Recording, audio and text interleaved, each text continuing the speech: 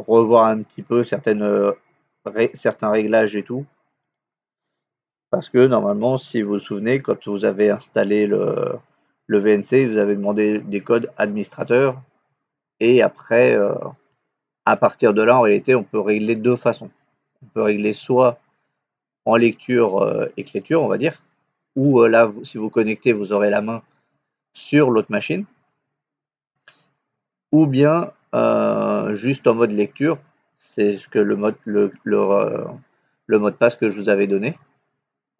Et donc on va juste revoir ça un petit peu, quelques détails et quelques réglages qu'on peut trouver pour essayer d'améliorer le VNC. Donc là, soit vous avez encore accès à la page d'administration du VNC. Dans ce cas-là, vous n'avez pas besoin de le réinstaller. Si vous ne vous souvenez plus du mot de passe éventuellement que vous avez mis, le plus simple c'est vous le désinstaller et on va le réinstaller. Regardez déjà si là je peux pas le remontrer parce que VNC je l'ai retiré. Bon justement.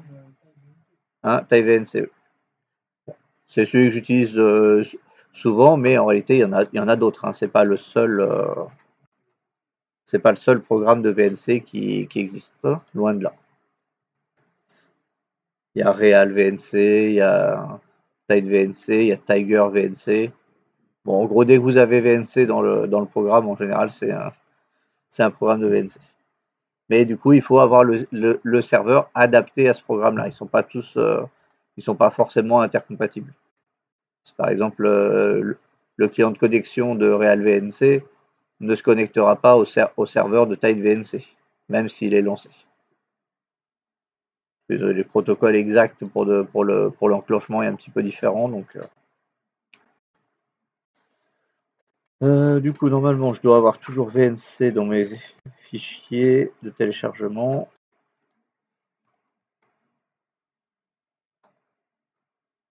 Ou pas.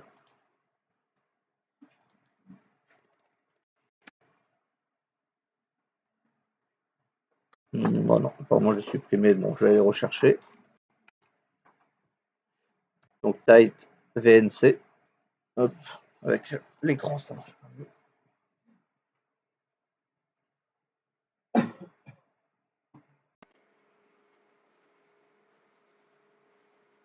Là, j'ai désinstallé pour vous remontrer et aussi parce que j'ai eu un trou sur le mot de passe d'administration. Donc, je pouvais plus rentrer dans mes réglages. Je pouvais même plus arrêter le serveur. Du coup, comme j'avais même pas le mot de passe, j'avais plus le mot de passe admin, je pouvais même plus arrêter le serveur. Donc du coup, je l'ai désinstallé et je vais le réinstaller. Donc on va sur le site, on le télécharge. Donc après, si vous par la suite vous voulez expérimenter avec d'autres programmes VNC, vous pouvez. Le principe restera le même.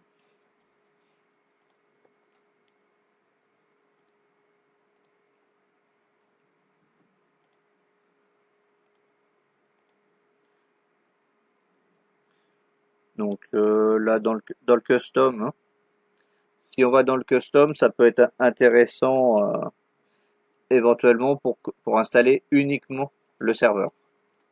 C'est-à-dire que c'est le serveur, c'est qu'on va mettre sur les machines dans lesquelles on veut se connecter. Donc sur les machines des clients, les PC lambda de l'entreprise, ils n'ont pas besoin d'avoir le VNC Viewer. Ils ont besoin juste d'avoir le VNC serveur qui soit lancé pour qu'on puisse se connecter dessus si besoin. Donc le custom vous permet d'éventuellement retirer le viewer.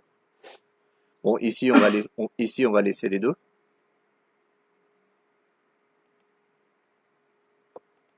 Donc on laisse les associations. On laisse comme c'est. Et on installe. Donc rien de compliqué. Voilà, c'est ici qu'il faut pas oublier ces mots de passe. Donc ici le premier, password for remote access, c'est-à-dire le mot de passe qui va être utilisé pour pouvoir se connecter vers la machine distante.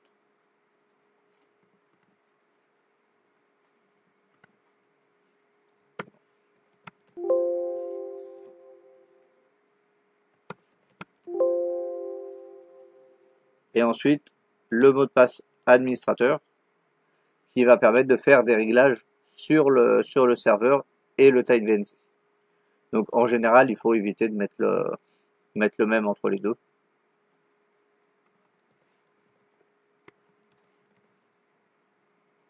Donc après ces mots de passe là, il faut effectivement ne pas les oublier. Chose que j'avais fait du coup l'autre jour. Je sais pas pourquoi j'avais mis un truc différent d'habitude. Ouais. Ah, du coup, bah, je vais te montrer. Après, il faudra dépendre si tu te souviens du code pour faire l'administration. Donc je finis de l'installer et je montre comment y accéder. Comme ça, tu vas voir si tu te souviens du code ou pas. Donc là, je fais OK. Et là, il a fini l'installation.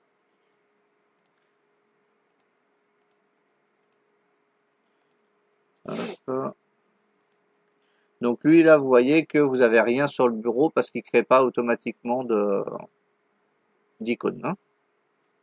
Par contre, si vous allez en bas et que vous affichez les fenêtres, les icônes qui sont cachées de la barre de tâches, avec le petit chevron vers le haut. C'est de l'autre côté. Ah oui, du coup, un peu bas.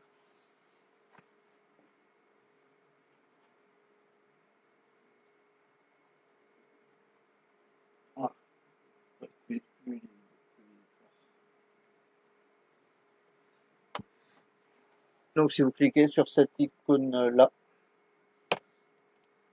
pour voir les icônes cachées de la barre de tâches, tu la vois ou pas? C'est celle qui est à côté de la météo, là tu as une petite flèche. Oui. Et là ici, vous voyez que vous avez un V qui était là juste avant.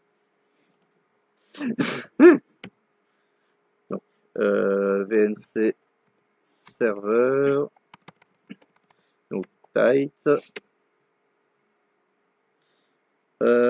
TideVNC serveur. Voilà. Donc là, j'ai mon V. Si vous voulez mettre une icône qui est ici en permanence dans visible, vous avez juste à faire un glisser-déposer dans la barre. Donc comme ça, s'il y a des icônes que vous voulez pas qui soient masquées, vous pouvez forcer à ce qu'elles soient visibles. Donc là, sur le serveur, une fois que vous l'avez trouvé, vous allez faire un clic droit et configuration.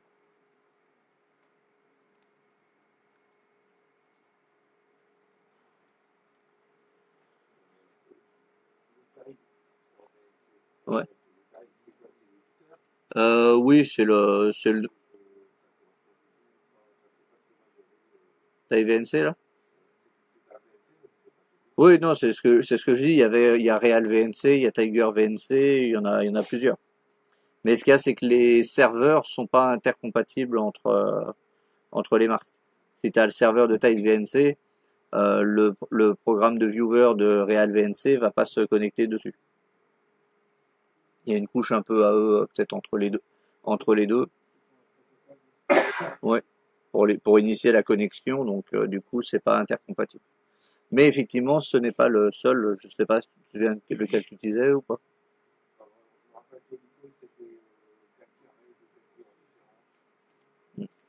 Ouais, ça me parle pas. Peut-être Tiger VNC. Parce que Real VNC, lui, ça a toujours été plutôt bleu avec son nom dedans.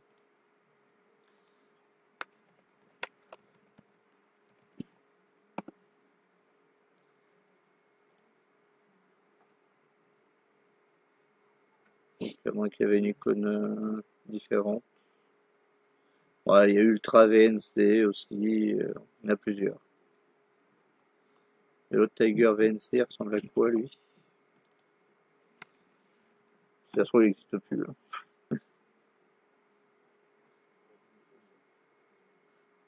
Donc, bon. Après, à moins que ça soit peut-être Real VNC qui a changé de logo aussi, hein, c'est possible. Mais voilà, il y en a plusieurs des programmes. Moi, c'est celui que j'ai l'habitude d'utiliser, il fonctionne il fonctionne bien. Donc voilà, ici vous arrivez du coup dans la configuration du serveur, c'est-à-dire ce que vous allez régler pour que les gens puissent se connecter chez vous. Donc ici, il vous met le port qu'il utilise. Donc par défaut, c'est le port 5900. Ça peut être modifié, mais c'est son défaut. Et ensuite, du coup, c'est là qu'il faut régler le mot de passe primaire, c'est-à-dire celui qui va être pour la lecture-écriture.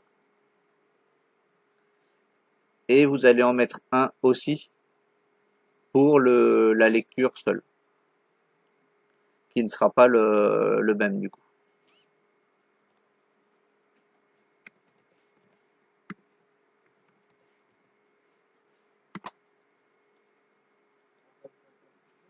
Hein? Je sais pas, j'ai pas essayé. Non, il l'a pris. Ou alors il y a certains caractères spéciaux qu'il prend pas.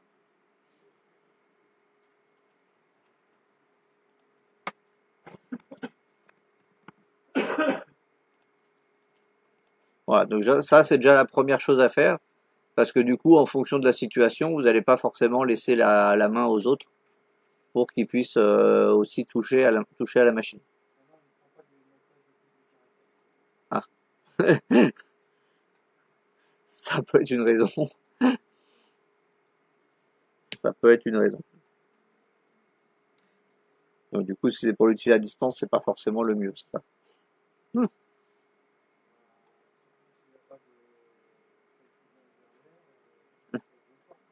Hmm. Ensuite, ici, vous avez du coup les miscellaneous, les trucs variés et divers.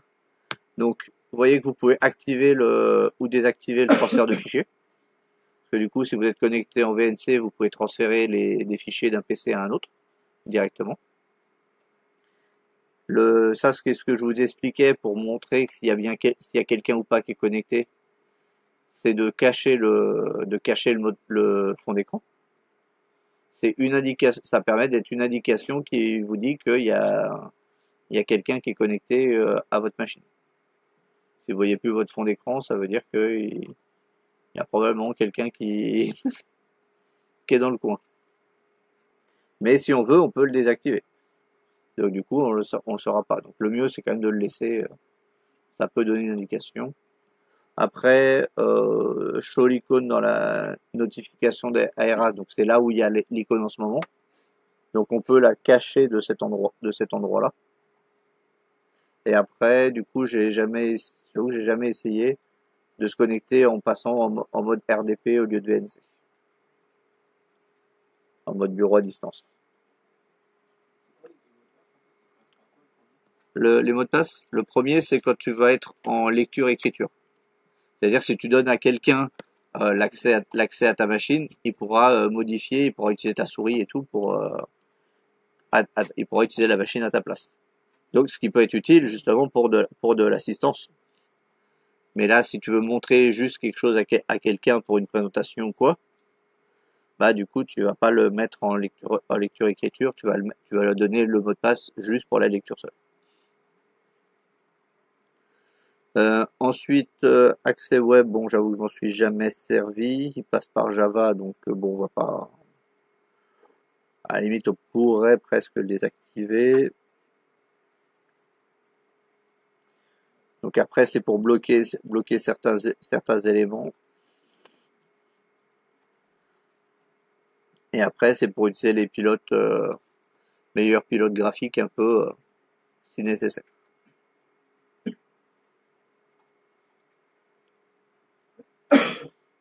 Donc voilà, c'est le principal, c'est surtout de bien changer les deux mots de passe pour avoir une différence entre les deux.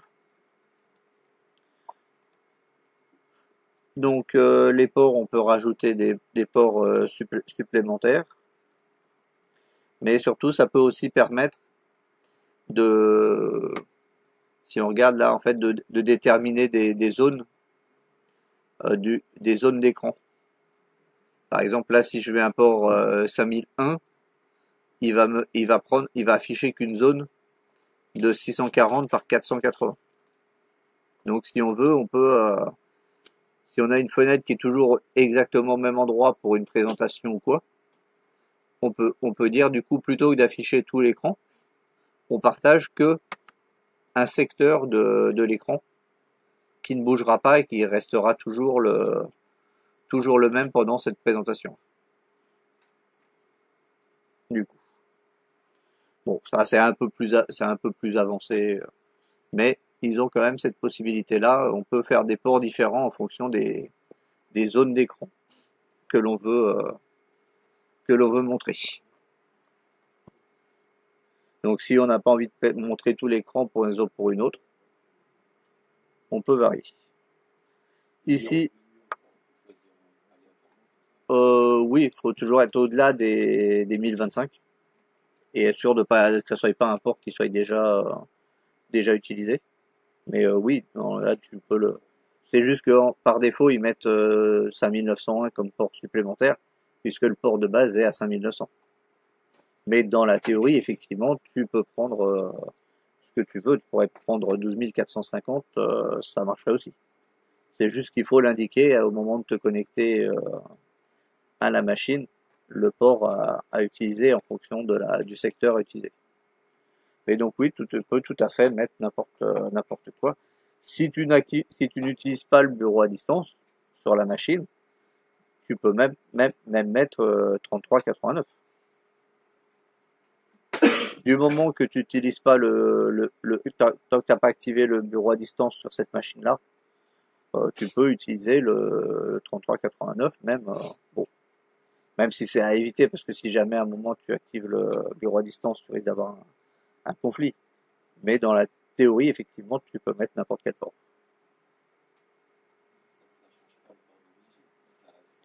Non, non. Ouais, c'est ça, il reste libre. Donc tant que tu l'as pas activé, le port 3389, il va être occupé par personne. Donc tu peux le réoccuper avec un autre programme. Donc là, bah, c'est pour régler vraiment des zones spécifiques avec à partir d'où à où vous prenez. Donc il y a aussi du contrôle d'accès parce qu'on peut dire qu'il n'y a que certaines adresses IP qui vont pouvoir se connecter au serveur VNC sur cette machine-là. Par exemple, si vous le mettez sur un serveur ou quoi, bah vous voulez pas qu'il y ait tout le monde qui puisse pouvoir se connecter en VNC sur le serveur. Ou sur une autre machine qui peut être plus risquée. Donc là, vous indiquez que certaines adresses IP qui pourraient correspondre aux adresses IP des administrateurs informatiques ou du service informatique pour filtrer les choses.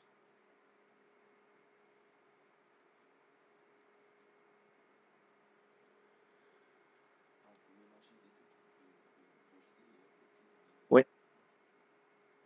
Là, c'est pas comme le filtrage MAC où le filtrage MAC c'est soit refusé, soit accepté. Là, tu peux choisir effectivement prendre que tu acceptes, d'autres que tu refuses, et juste de certaines qui sont que pour les utilisateurs locaux. Donc vous pouvez, même si du coup le mot de passe n'est pas forcément le plus élevé, on peut quand même filtrer les IP d'origine pour limiter ceux qui peuvent accéder. Ensuite vidéo, donc ça c'est pour la détection. Hmm.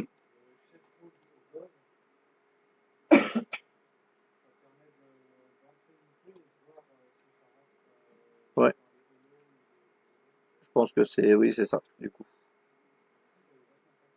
Bah pour faire les tests au moins tu peux le faire tout de suite, il n'y a pas besoin de se connecter, de demander à quelqu'un de se connecter ou que tu te connectes. C'est ça. C'est ça. Donc la vidéo, bon, ça c'est un peu plus spécifique. Hmm. Bah, pour faire les tests au moins tu peux le faire tout de suite, il n'y a pas besoin de se connecter, de demander à quelqu'un de se connecter ou que tu te connectes. C'est ça. Donc la vidéo, bon, ça c'est un peu plus spécifique. Donc, la vidéo, bon, ça c'est un peu plus spécifique. Donc, Donc ici c'est pour mettre un contrôle interface, c'est pour mettre un mot de passe justement pour pouvoir se connecter à ce panneau de configuration là. C'est celui que j'avais oublié l'autre jour justement. Donc là je vais pas le mettre. Donc après qu'est-ce qui se passe quand le dernier client s'est déconnecté? Donc la plupart du temps ça va être ne rien faire parce que souvent c'est utilisé pour l'assistance. Mais par exemple, si du coup il y a des personnes qui utilisaient une même machine simultanément pour des démonstrations et vérifier des choses, ben on peut dire qu'au lieu qu'elle reste connectée, la machine une fois qu'il n'y a plus personne et que le dernier VNC s'est déconnecté, on peut dire qu'on va verrouiller la session. Enfin, non, verrouiller l'écran ou déconnecter l'utilisateur qui était en cours. Donc ça permet que la machine ne reste pas connectée à distance alors qu'il n'y a plus personne de connecté dessus et que il y a plus personne qui peut y accéder en ce moment. Donc en fonction d'où est placée la machine où vous vous connectez, ça peut être utile de faire ça. Mais si vous le faites pour de l'assistance, il n'y a pas d'intérêt à cocher ces options-là. Donc en général, majoritairement, ça sera sur do no sign.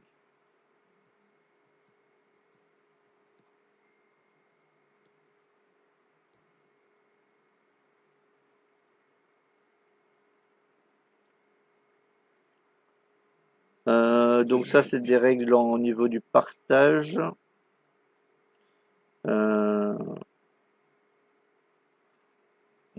Est-ce qu'on n'a pas réglé ça si était en partage? Moi, je crois qu'ils ont modifié un truc là. Bon, on va laisser comme ça, on va voir si plusieurs personnes peuvent se connecter simultanément. Sinon, il faudra qu'on modifie cette option-là. Parce que là, il dit qu'en gros, si une connexion est pas en partagé, du coup, il n'y aura qu'une personne qui pourra se connecter. Mais sinon, après, on peut choisir le premier et dire que c'est toujours traité comme une connexion partagée. Et tous ceux qui ont les accès peuvent venir simultanément, il n'y aura pas de problème. Par contre, s'il y a pas mal de déconnexions et tout, comme ils gardent les anciennes connexions, qui seraient pas forcément finies correctement parce qu'il y a eu une déconnexion, brutale je parle, hein, je parle d'une déconnexion brutale, bah du coup vous allez vous retrouver avec deux personnes connectées du coup par la même IP, puisqu'il a pas effacé la première session. Donc là, je vais le remettre sur disconnecting, on va vérifier. Et après, ça c'est le log. Si jamais on veut observer des choses pour voir si des règles ont bien été prises en compte, si différents éléments marchent bien. Donc là, log 1, c'est celui qui est le moins de détails. Et plus on va mettre un niveau élevé, plus il y aura de détails dans le fichier.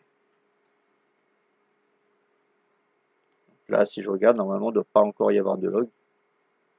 Bon, d'accord. Il ne même pas ouvert le fichier au bon endroit. Voilà. Et donc, avec ça, vous avez du coup utilisé configuré votre serveur VNC. Et par contre, là, il me dit qu'il n'écoute pas.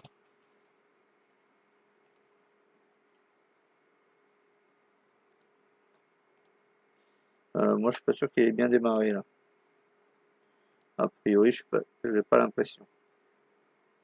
Alors, je sais pas si j'ai un problème de port, parce que comme j'ai désinstallé tout à l'heure, est-ce qu'il l'a pas bien libéré? Donc là, il faudrait que vous essayiez de vous connecter. Mon adresse IP.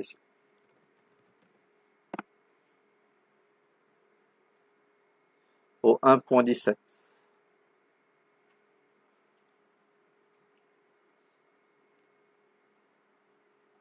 Et je viens de mettre, normalement j'ai mis 1, 2, 3 soleil avec le S majuscule. Et donc là, par contre, vous allez y lancer, comme je vous avais montré l'autre fois, le Tide VNC Viewer.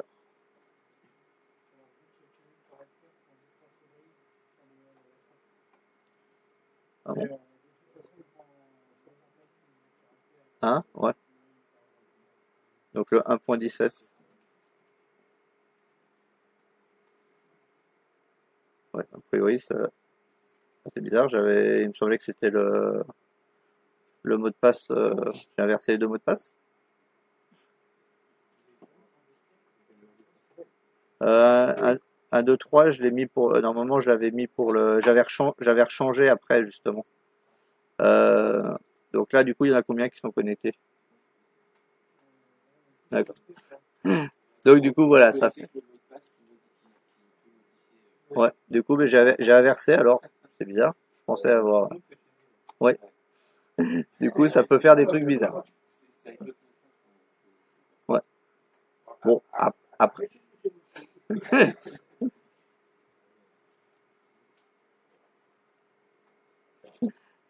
Donc bon, après, il y a une solution rapide, on peut couper le réseau, mais là on voit qu'on a enlevé le fond d'écran a bien disparu et tout. Donc effectivement, si on donne pas le bon mot de passe, qu'on met le mot de passe en lecture-écriture, ça peut vite être un problème.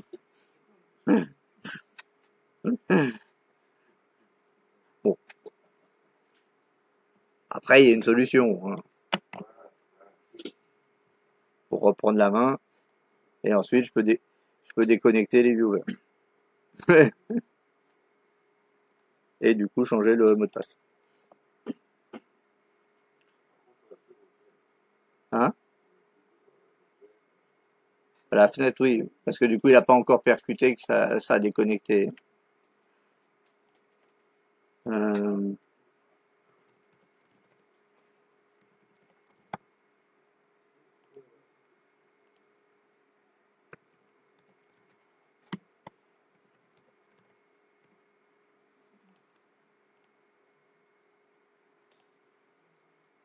euh,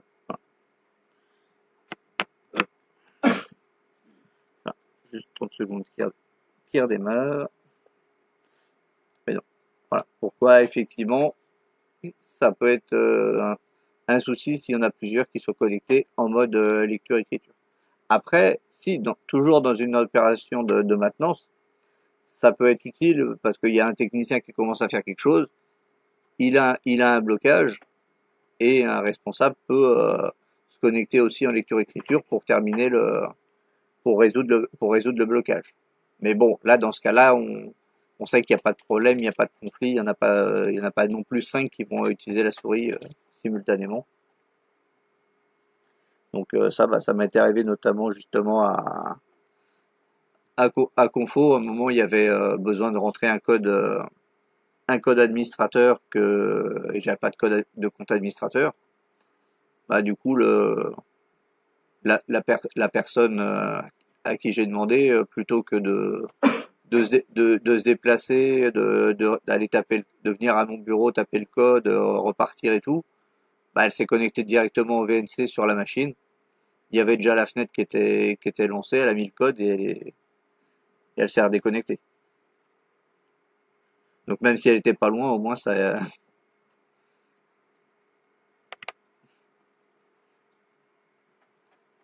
Donc là j'ai. Là t'as mis lequel? C'est pas toi qui as mis. Hmm. Donc voilà, c'était pour montrer et donc du coup. Hein? Oui, bon, je vais pas m'y compliquer non plus donc. Ah bon? Bah, pourtant là j'avais changé. Donc est-ce qu'il fallait que je quitte d'abord le.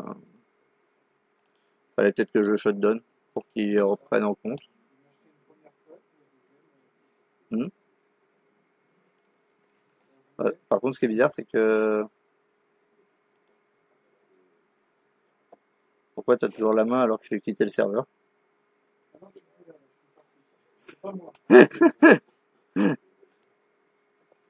Ouais, par contre, c'est curieux, c'est curieux. J'ai quitté le serveur. J'ai quitté le serveur, mais il y a encore un...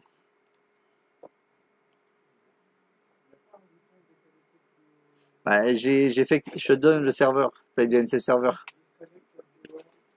Ça, je l'ai pas fait parce que normalement, il est censé plus être là.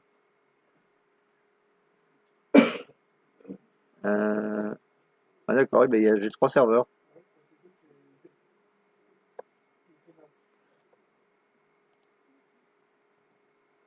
Bon,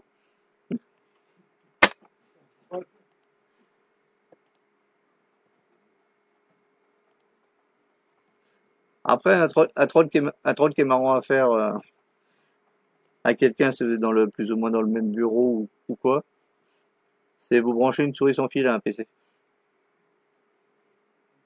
En plus de la souris classique hein, du gars. Hmm, ça c'est pas mal.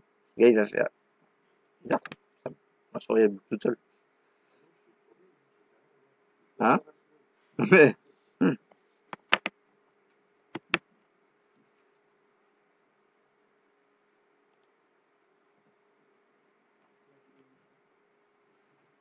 hop, voilà. À un moment là, ouais, regardez. Ah oui, c'est parce que je l'ai mis en service, mais normalement le mot de passe il devrait être changé maintenant que j'ai coupé. Vas-y. Mais c'est vrai que du coup là je l'ai installé en tant que service, donc du coup le service il redémarre instantanément quand il voit qu'il est plus coupé. Et quand il voit, bah attends, parce que je suis pas sûr qu'il a pas encore reconnecté là.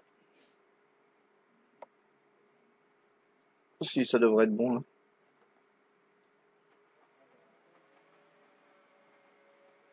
Qu'est-ce qu'il a lui? Ouais, bon, bizarre. Il y a un truc qui m'échappe là.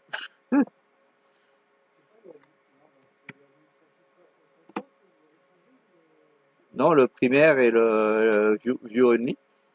J'ai pas mis de mot de passe pour la config. Peut-être. Mais sinon, donc voilà. Si on veut le quitter, on va directement dans les, vraiment, si on veut le bloquer, on va dans les services, puisqu'il est installé en tant que service, et on l'arrête. Donc là, au moins, on est sûr que il n'y a personne qui va se reconnecter. Voilà, de toute façon, tu peux pas, j'ai pas mis le câble encore.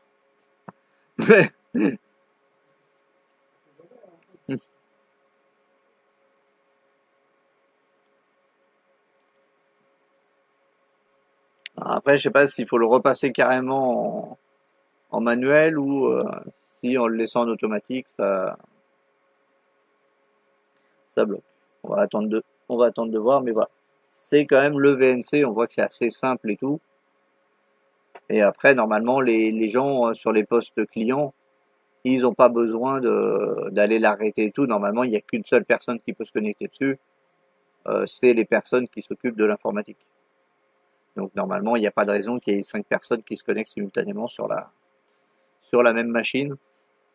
Sinon, c'est qu'il y a eu une petite erreur au niveau des tickets, il y a eu un problème de, il y a eu un problème, tout le monde a pris le ticket en même temps, avant que quelqu'un se l'attribue.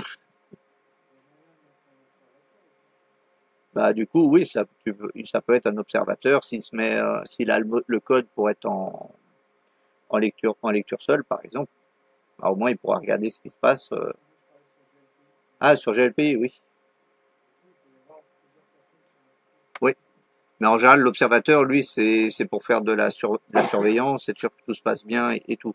Lui, normalement, il n'est pas censé particulièrement intervenir, ou alors justement, il va se connecter à distance en même temps que le technicien pour observer son travail et tout.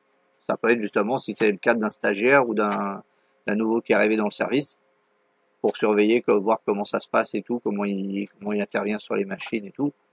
Il peut y avoir du coup à ce moment-là l'observateur qui viendra voir et qui aura toute information de réponse et tout qui seront mises dans le ticket, bah, il sera notifié qu'il y a des modifications et il pourra aller voir s'il est d'accord avec ça ou pas, où il pourra intervenir au besoin si jamais il y a un problème qui s'envenime pour une raison ou pour une autre.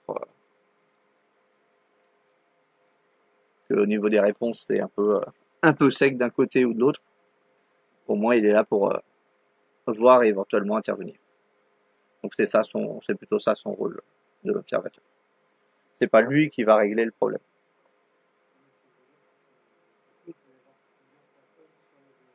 Oui, mais dans ce cas-là, c'est ce que je dis, en général, en fonction, il peut y avoir l'observateur, mais soit il va se connecter avec le compte lecture seul, parce que normalement il n'a pas besoin d'intervenir. Donc comme ça, il peut mettre la fenêtre d'un côté et ensuite éventuellement il réintervient si besoin, il rechange si nécessaire. Mais normalement, il n'a pas besoin théoriquement d'avoir la main dessus. Donc du coup, il n'y a pas de risque de conflit avec l'utilisation de la souris à ce moment-là. Bon, après, s'il y en a que deux, bon, bah, s'ils sont en liaison, ils sont dans le même bureau, bon, normalement, même si les deux sont en lecture seule, il n'y a pas de raison qu'ils se prennent, qu'ils se piquent la main, puisque l'observateur, lui, normalement, ne fait pas les manipulations. Il est là juste pour vérifier. Donc là, tu avais essayé de te reconnecter ou pas? Juste pour voir.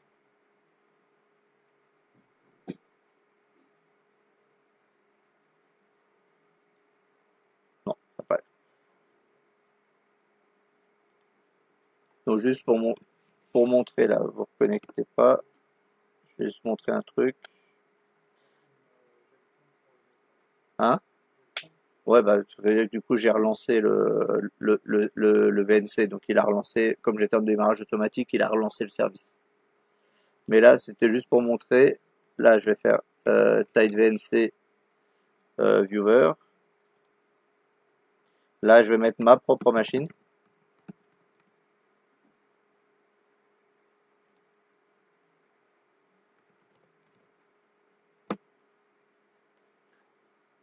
Voilà ce que ça donne du coup si on essaie de se connecter sur sa propre machine. Du coup, et encore là, du coup, il a été en zoomant. Mais quelquefois, il va en dézoomant. Donc du coup, ça fait effectivement un peu bizarre quand ça arrive. Donc, du coup, je vais me déconnecter. Voilà, c'était juste pour montrer le petit effet marrant qui se passe. Ok, bon, celui-là, je vais le déconnecter. Et on démarrage que quand l'autre il démarre. Ok. Voilà, c'était le VNC. Effectivement, c'est plutôt cette technique-là que je vous disais, vous allez utiliser pour les assistances aux utilisateurs. Comme ça, au moins, la personne, si elle a besoin de reprendre la main pour faire quelque chose, ou pour faire une démonstration suite à un réglage, ou pour voir si c'est pas là un problème de manipulation, au moins vous aurez la connexion toujours visible et elle aussi. Le RDP, lui, du coup, on va l'utiliser plutôt dans le cadre pour prendre en main une machine qu'on veut utiliser directement, plutôt que pour la réparation. Et ensuite, le dernier qu'il y a, c'est TeamViewer. Donc, ces TeamViewer-là, apparemment, ils ont changé. Il y aura peut-être plus besoin en partie du compte. On va vérifier. Ouais. Et donc, TeamViewer, quand vous allez sur le site, vous allez avoir trois possibilités. Donc là, vous faites TeamViewer, vous allez ici, vous allez avoir téléchargement gratuit. Et là, vous pouvez voir que déjà, il est très compatible entre de nombreux systèmes d'exploitation, y compris téléphone. Ouais. Mais là, apparemment, maintenant, on pourrait faire aussi la prise en main du téléphone à distance. Mais j'ai pas essayé. J'avais essayé il y a longtemps, mais avec Apple, ça n'avait pas marché. Bon, après, ça dépend peut-être quand c'était aussi. Ouais. Donc ce qu'il y a, c'est que les bandes passantes de réseau ont un peu augmenté depuis, du coup. Et donc dans Windows, vous allez avoir trois possibilités. Le Quick Support. Ça, en fait, le Quick Support, c'est la version qu'on va installer sur les postes clients et qui va donner un numéro d'ID et un mot de passe pour se connecter temporairement à la machine de la personne pour lui donner justement de l'assistance. Et la personne sera toujours connectée, elle verra toujours ce qu'on fait. Après, effectivement, on passe par du coup un serveur extérieur par Internet, donc il faut que la personne ait quand même accès à Internet.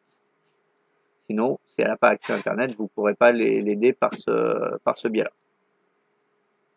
Donc ça, c'est le Quick Support, c'est vraiment pour donner de l'assistance à quelqu'un. Donc en général, c'est ce qui est installé, si c'est ça qui est choisi, sur les postes clients. Mais ici, là, ce que vous allez télécharger, ça va être le full client. Pour donner l'assistance,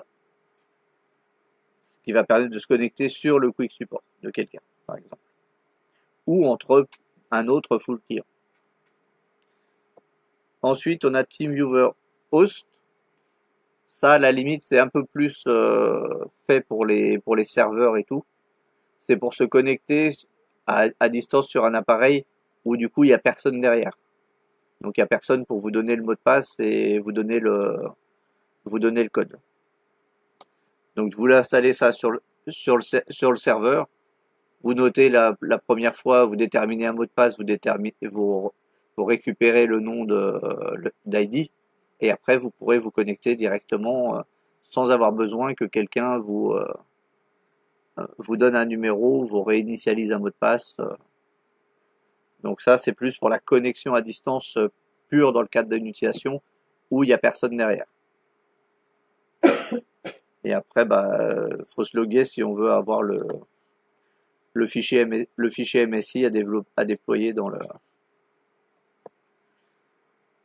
l'Active Directory. Donc là, ici, c'est le full client que vous téléchargez. Et ensuite, vous l'installez. Il n'y a rien de compliqué dans celui-là. S'il vous demande si vous voulez installer le pilote VPN et le pilote de l'imprimante, vous n'êtes pas obligé de les installer. Oui. Mais si vous voyez cela, bon, soit vous pouvez les laisser, mais vous pouvez aussi les décocher, c'est pas gênant.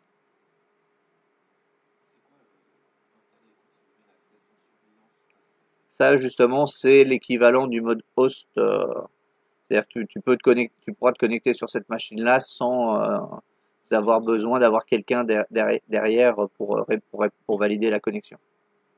Donc là, ici, vous mettez vous mettez pas le dernier, justement, vous mettez celui par défaut. Il y avait deux choix, hein, c'est ça.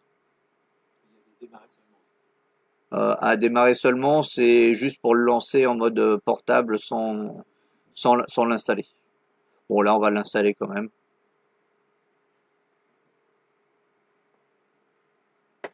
Et donc, à la fin, normalement, quand vous avez fini, vous devriez trouver cet écran-là.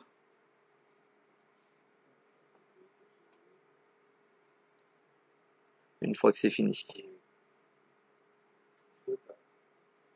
C'est bon? Maxime, c'est bon? Maël? Ibrahim, c'est bon?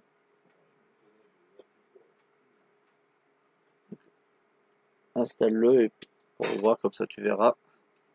Ryan, Jassim, c'est bon? Ok. Batuman, c'est bon? Du coup, tu dis? T'as dit quoi? Ouais. Donc normalement, tu as ce menu-là, quoi, c'est ça. Donc là, bon, ça y est, ils ont enfin amélioré l'interface parce que quand c'était passé à la nouvelle interface, il y avait juste obtenir une assistance. Il n'y avait pas le code pour donner à quelqu'un ou pour recevoir. Il fallait repasser par l'ancienne interface afin d'avoir l'ID et le mot de passe. Et donc là, tout simplement, pour se connecter à TeamViewer, dans le code de session, vous allez mettre l'ID. Je sais pas si vous le voyez d'ici ou pas.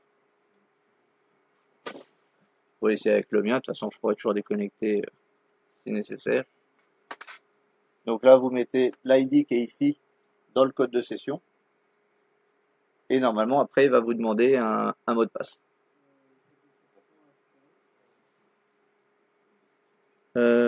Fournir. Attendez, je vais resetter des fois. Ah, le mot de passe avait changé, effectivement.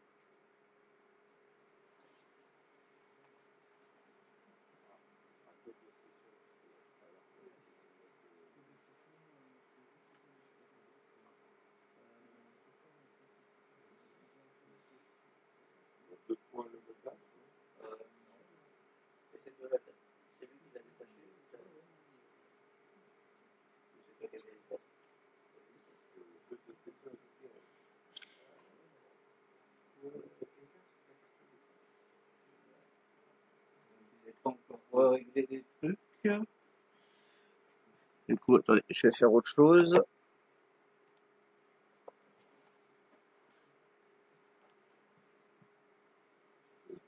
Non, je... Hop.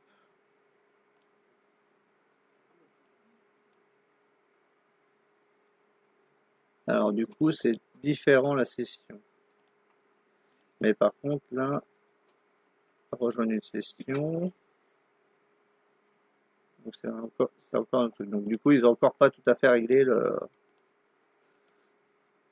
truc. Donc, du coup, essayez de passer sur essayez de passer sur l'ancienne interface. Ouais, attends. Et donne-moi juste pour voir. Donne-moi du coup au moins déjà l'ID où tu essaies de te connecter au mien pour voir déjà ce qu'il dit.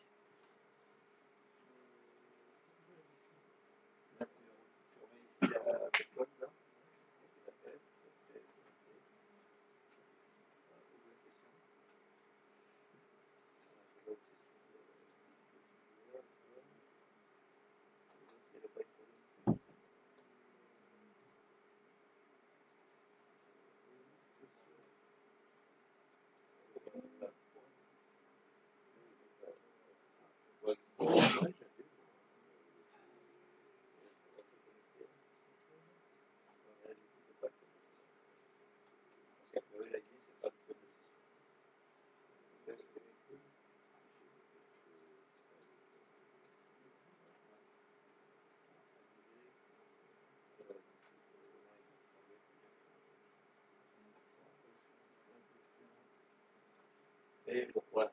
Normalement, effectivement, maintenant, il y a il faut un compte, bon, il est gratuit et tout. C'est surtout pour surveiller si les gens ne se connectent pas 8 heures par jour, comme s'ils étaient en cours. Oui. Ah, normalement, c'était de mettre le code de session qui devait être celui que je pensais, mais mon ID, mais a priori, c'est pas ça. Donc, sinon, après, si on passe sur l'ancienne interface, il faut créer un compte gratuit. Ouais.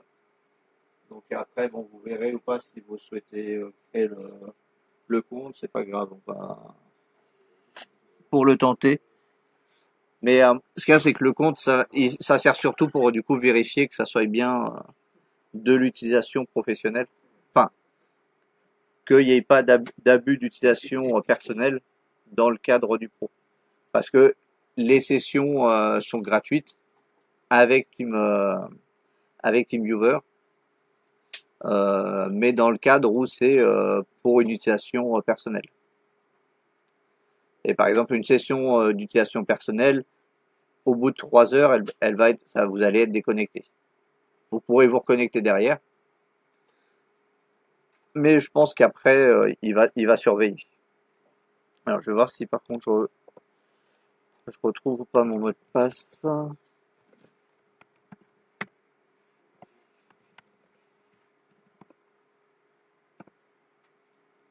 je sais plus lequel mail j'aurais mis.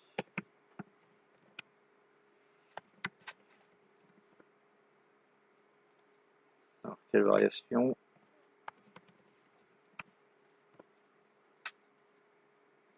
C'était celui-là.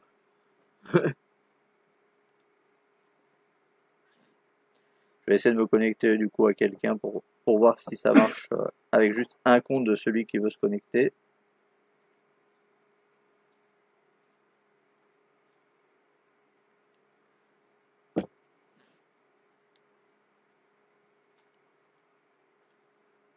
Sinon, en attendant que si j'y arrive, allez télécharger un autre équivalent qui s'appelle AnyDesk.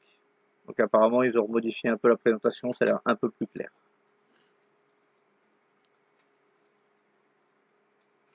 Allez, tu peux arriver.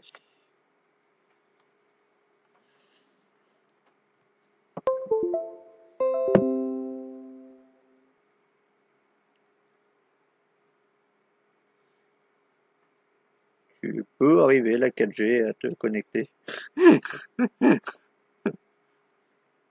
Ou pas.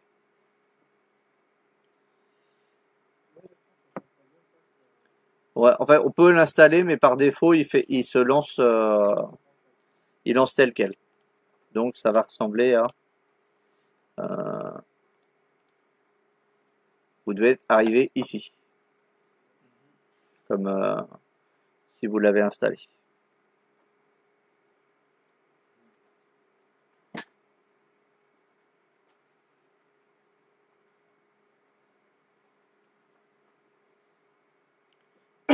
Du coup, il me l'a mis ou pas?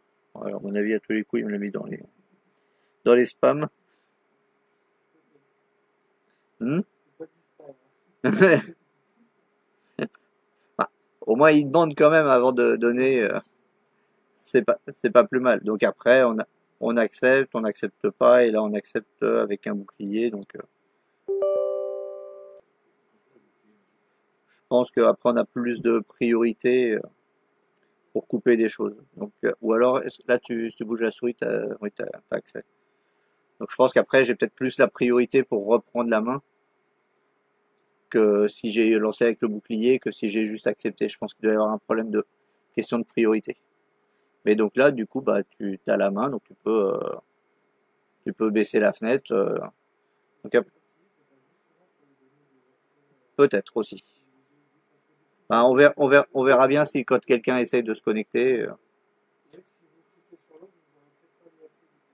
peut-être. Donc bah là, on va voir du coup, faudrait que quelqu'un d'autre se connecte. Par contre, il faudrait que je redonne le code qui est là.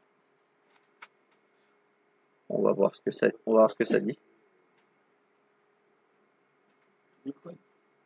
En haut, ici.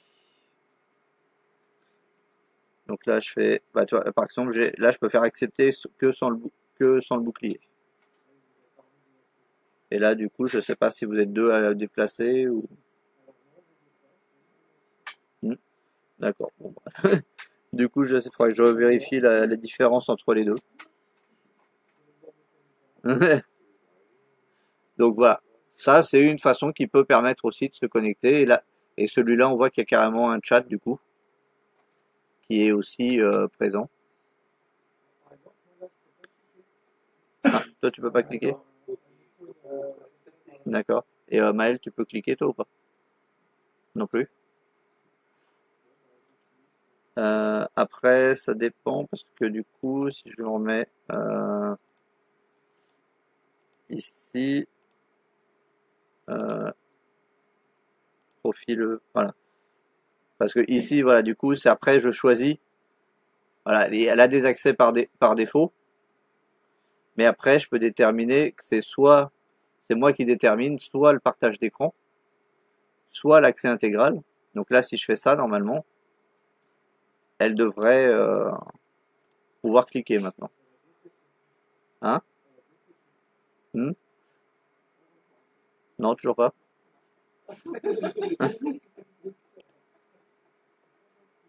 Alors,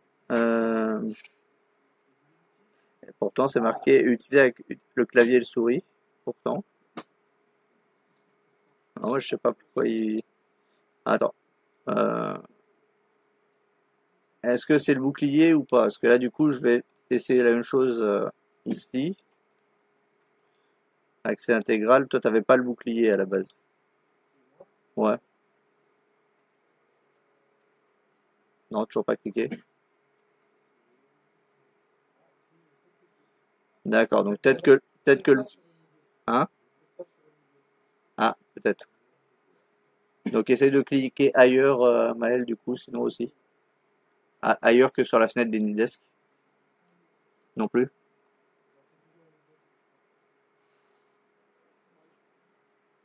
Ouais. Donc c'est peut-être parce qu'il y a une protection au niveau de la fenêtre d'Anydesk, peut-être pour éviter que tout le monde puisse toucher à tout, oui.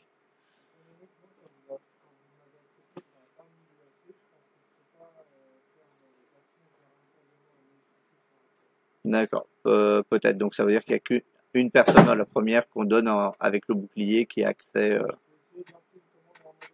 Vas-y, ça va voir. Hein. C'est pas ça. Hmm. Donc, mais voilà. En tout cas, j'ai quand même le choix au début de choisir quel accès vous avez. Par défaut, du coup, vous n'avez pas forcément tous les accès.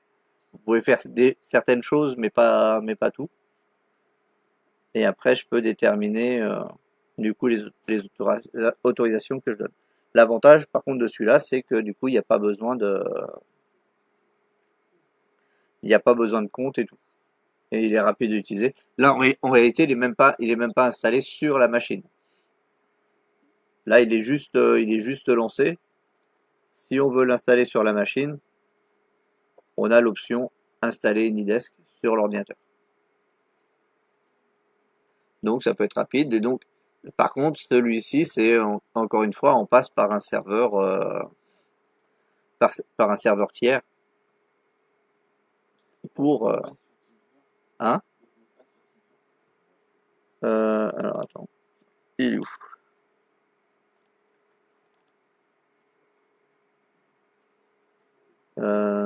Contrôle à distance, NX3 WHT 9B.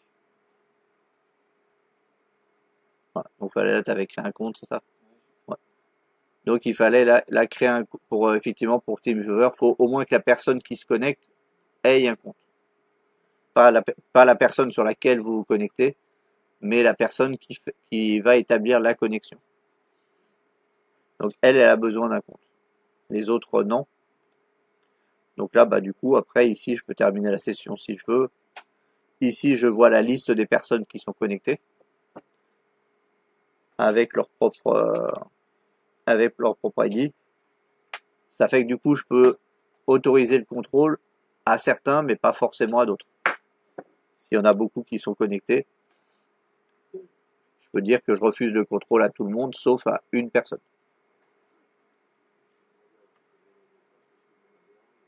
Ouais, bah moi, je sais pas, moi, il me l'a pas envoyé non plus, donc ouais, bah je sais pas. Moi, je sais plus quand je l'ai mis, mais bon. Ou alors, c'était pas celui-là, ils m'ont fait croire que.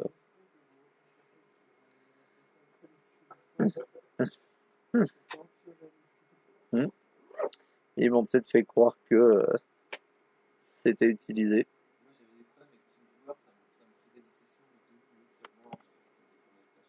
Ah, ouais, peut-être qu'il y avait un problème de pare-feu ou un truc comme ça dans. Hmm. Peut-être, oui. C'est pour ça que maintenant ils forcent à mettre un compte pour l'utiliser.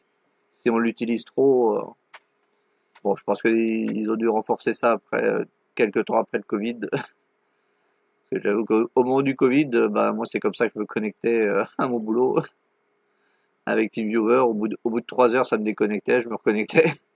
Mais bon, là, il n'y avait pas de compte à l'époque, donc ils pouvaient pas surveiller.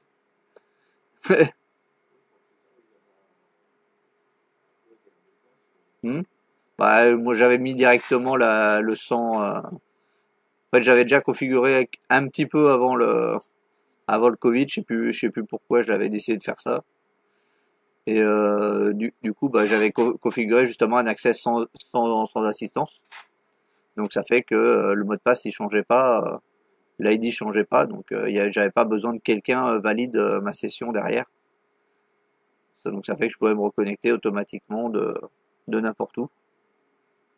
Et donc vous voyez qu'ici, là, le TeamViewer, il a aussi coupé le fond d'écran. Le AnyDesk, lui, je crois qu'il l'avait laissé. Mais le TeamViewer, si je le coupe, normalement, il remet le fond d'écran. Et donc là, lui, le AnyDesk, par contre, il ne modifie pas le fond d'écran. Mais par contre, comme il faut que j'accepte la connexion, bah, je vois très bien qu'il y ait quelqu'un qui soit connecté. Et là, j'ai la fenêtre où je vois les personnes qui sont actuellement connectées dessus. Donc c'est un peu différent.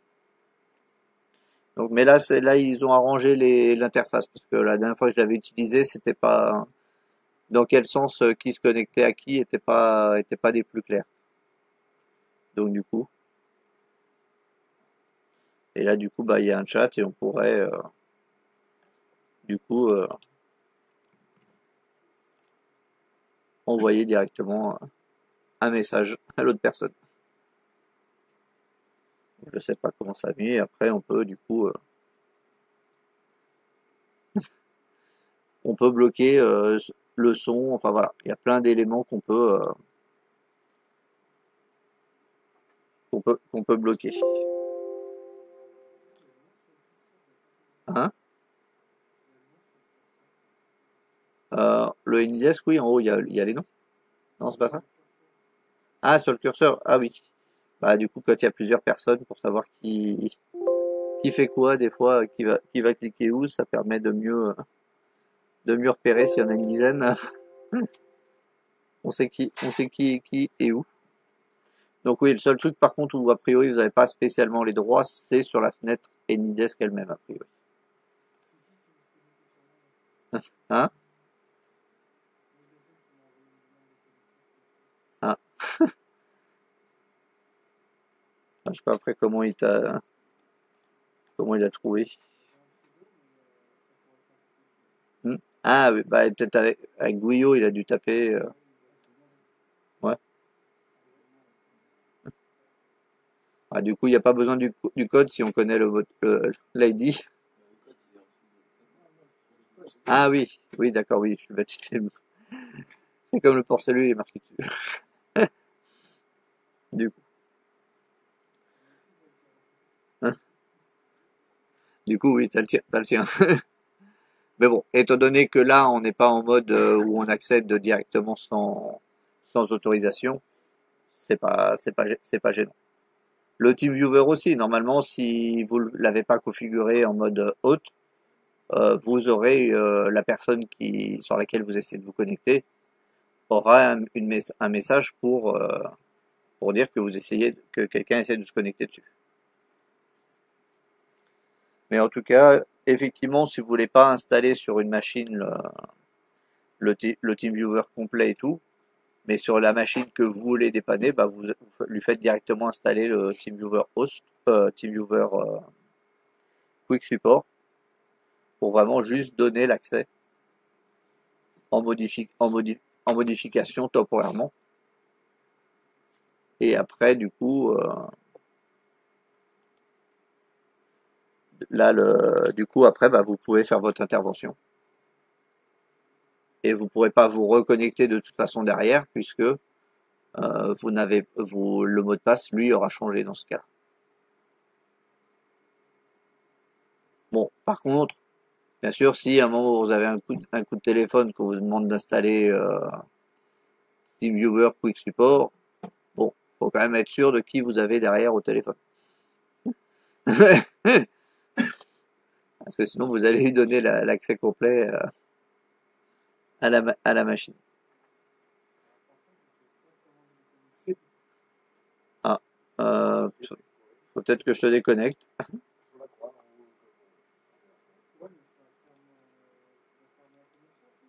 Alors, faut peut-être que je te fasse. Pardon. Non, c'était Stéphane Marie que j'ai fait. Hmm. C'était à moi de te déconnecter, ça se trouve, je sais pas. Faudrait que je me connecte à toi par exemple pour voir.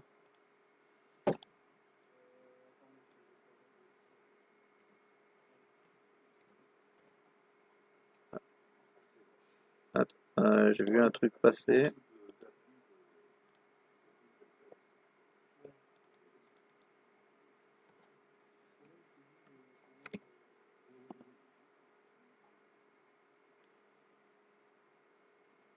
Non, il a pas reconnu avec le dance. Donc c'est quoi du coup?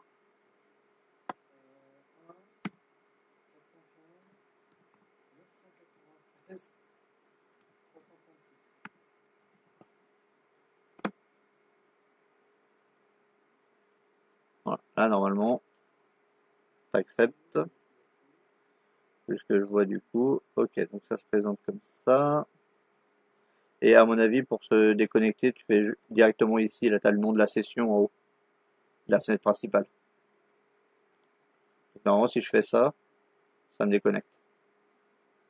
Là, normalement, je suis plus connecté. Ah, vas-y, reconnecte-toi à moi. Je vais te montrer.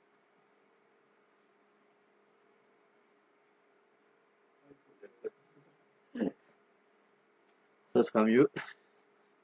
Ouais, je vais accepter le classique. Ah, effectivement, c'est le. Si j'accepte le classique, il y a certains droits qui, a priori, ne passent pas. Ouais, c'est ça. Ah, voilà. Ouais.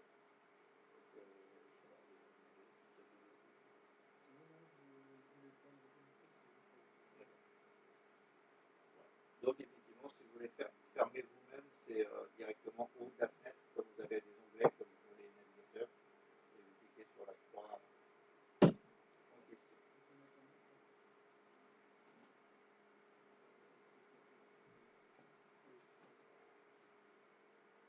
Là, c'est la principale.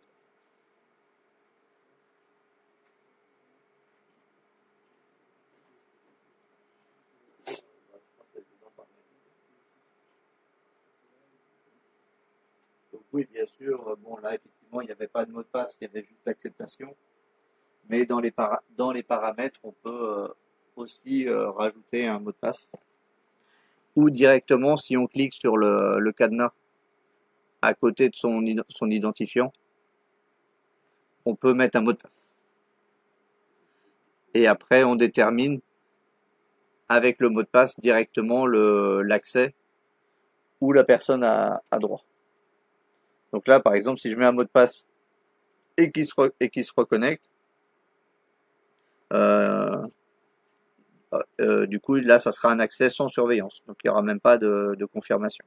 Donc, il faut bien surveiller le profil que vous utilisez. Si vous avez un doute, vous mettez le profil par défaut. Par contre, c'est là que si c'est vous qui vous connectez à une autre machine et que vous l'avez configuré avec un mot de passe et le mode accès sans surveillance, justement, c'est le mode pour prendre le contrôle d'une machine à distance sans qu'il y ait personne derrière. Un serveur, par exemple, que vous voulez administrer, vous pouvez l'utiliser via ça. Hein? Si normalement l'accès sans surveillance, ne devrait pas l'avoir, parce que du coup, tu as donné le mot de passe et tout, et c'est toi qui avait donné le mot de passe. Donc normalement là, sans surveillance, ne devrait pas avoir de confirmation. C'est l'équivalent du mode host de TeamViewer. C'est-à-dire pour se connecter par exemple sur un serveur, le serveur, il n'y a pas quelqu'un derrière en permanence pour valider ta demande. Donc du coup, il faut que tu puisses y accéder sans qu'il te demande de valider. Mais c'est pour ça que si vous avez un doute sur le mode à donner, et ben dans ce cas-là, vous mettez le mode par défaut. Comme ça, vous êtes sûr qu'il n'y a pas quelqu'un qui risque de rentrer sans votre autorisation si jamais il a trouvé le mot de passe. Donc voilà. Avec ça, on a testé et mis un petit peu en pratique les différents moyens d'accès à distance. Donc je verrai si ou pas dans le cadre d'un exercice, je vous demanderai de tester l'accès à distance entre deux machines que vous aurez fait ou pas, et après à utiliser la méthode que vous souhaitez parmi les trois, où je demanderai d'utiliser une méthode en particulier. je vais voir ça. Sur le drive, du coup, j'ai mis dans réseau normalement. Oui, dans réseau, j'ai mis prise en main à distance avec rappel sur le bureau à distance, sur le TeamViewer et sur le VNC. Donc comme ça, vous pourrez le consulter. Après, si vous voulez plus de détails sur des trucs, bah, il y a toujours des vidéos sur YouTube et tout. Mais vous voyez que ça n'a rien de complexe. C'est juste que, comme j'avais vu l'autre fois, j'ai expliqué l'autre fois, il y a des avantages et inconvénients à chacune des méthodes. La méthode là qu'on vient de voir avec AnyDesk TeamViewer étant qu'il faut que la personne ait bien Internet pour y aller puisque ça passe par un serveur tiers. Après, là j'ai vu il n'y a pas longtemps une autre alternative qui de par défaut passe par des serveurs à distance, mais où on peut utiliser son propre serveur pour faire une connexion plus rapide et qui n'est pas partagée avec d'autres. Et ça s'appelle RustDesk. Mais du coup, il faut que je regarde comment ça se passe. Mais a priori, ça serait une alternative du coup à TeamViewer.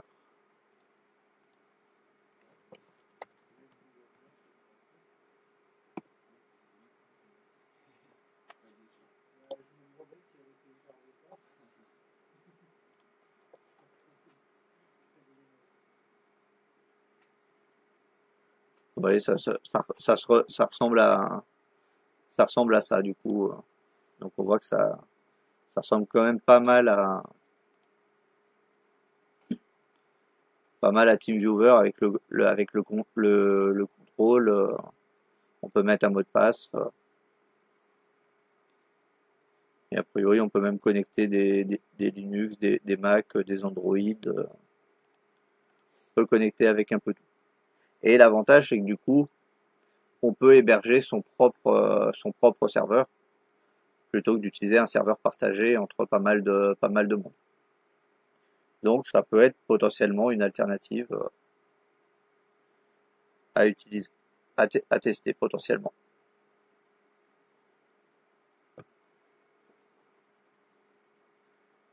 Donc, je verrai si j'ai le temps de regarder plus en détail, mais voilà, c'est un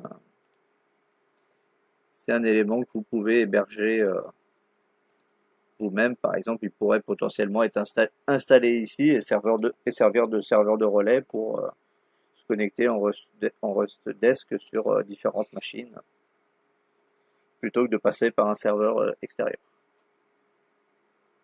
Donc voilà, je verrai si je les mets en pratique ou pas à un moment ou à un autre. Mais vous voyez que ça n'a rien de compliqué d'arriver à trouver ça. Et donc ça peut servir pour dépanner quelqu'un qui vous dit qu'il y a un problème avec sa machine et tout, et vous n'avez pas forcément le temps ou l'envie de vous redéplacer jusque là où il est parce qu'il n'est pas forcément à côté. Bah, du coup, vous créez un compte TeamViewer par exemple, où vous lui faites mettre AnyDesk, et du coup bah, vous pouvez prendre la main sur sa machine et faire ce que vous avez à faire pour essayer de le dépanner.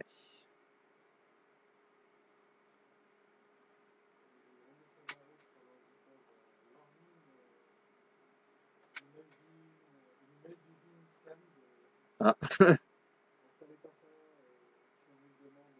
Ah oui, oui, ils préviennent quoi, donc on l'installe pas si on sait pas pourquoi on l'installe. Mais voilà, il y a des alternatives qui commencent à se développer et tout. J'ai vu ça récemment, mais j'ai pas encore eu le temps de le tester. Je verrai si j'ai le temps de le tester. Ok, bon, sur ce, je vais vous laisser y aller. Donc je crois que j'avais vérifié normalement tout le monde avait bien signé. C'est un langage, normalement.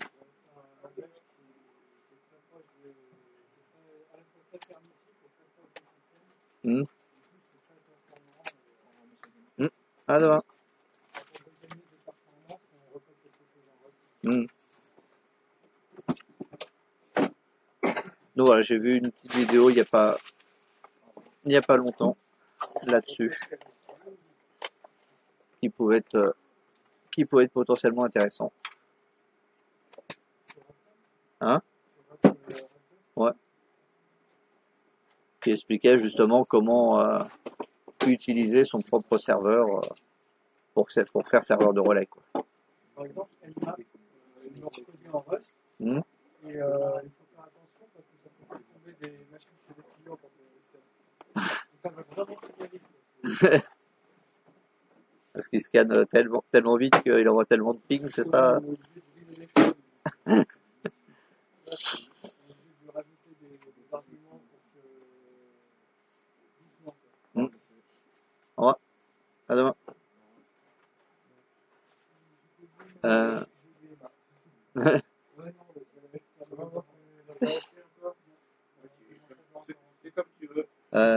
Sinon, Stéphane, du coup, par rapport à ce que tu essayais de faire l'autre jour, là, de faire un peu à demain, de déploiement, du coup, a priori, il y a Eventoy qui existe. Donc, c'est une version, du coup, réseau de Ventoy qui permet de lancer à peu près toutes les machines. Ouais. Donc, à tester.